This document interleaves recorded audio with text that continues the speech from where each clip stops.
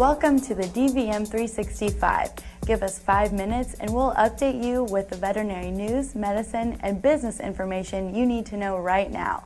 I'm dvm360 Associate Editor Ashley Barforoush. In this edition of the 5, we'll hear about the disheartening prospect of employee theft and get advice from a critical care expert. First up, the news. Veterinary medical students are more likely to struggle with depression than their human medicine counterparts, according to new research from Kansas State University.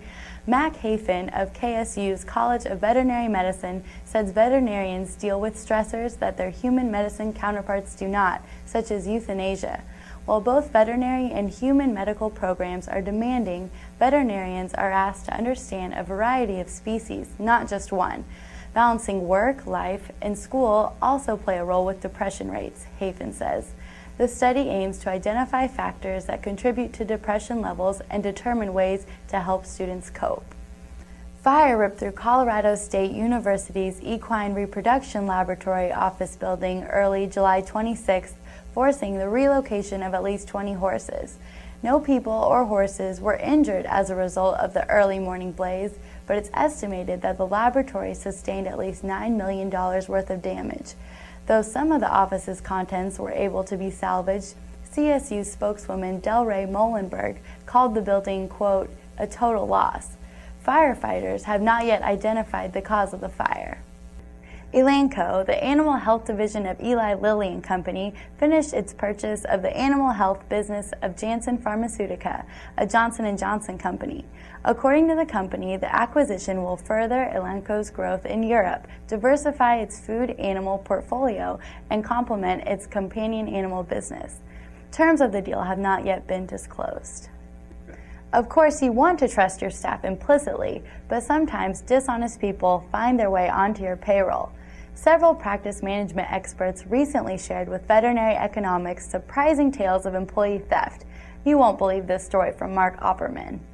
There was an associate veterinarian in a practice in Florida, and this associate veterinarian got in a really big argument with the owner of the practice, and they just got in this huge fight.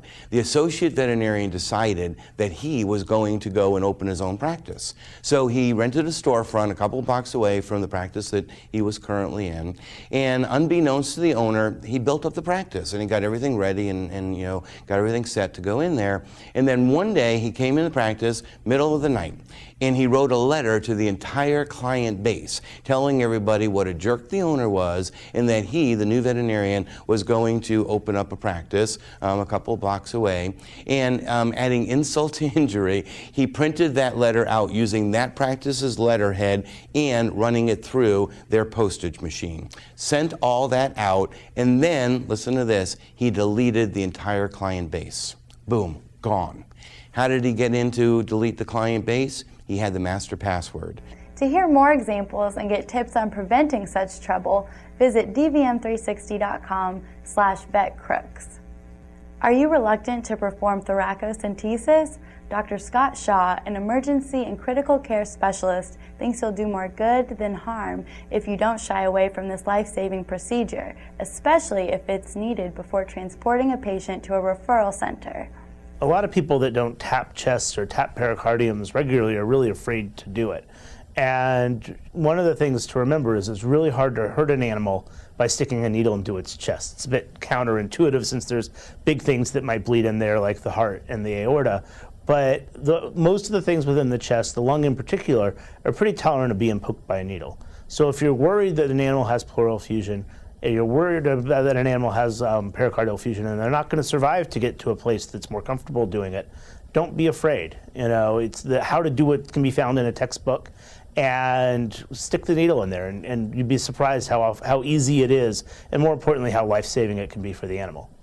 Learn more emergency medicine pointers from Dr. Shaw at his Power Hour presentation at CVC in Kansas City on August 27th.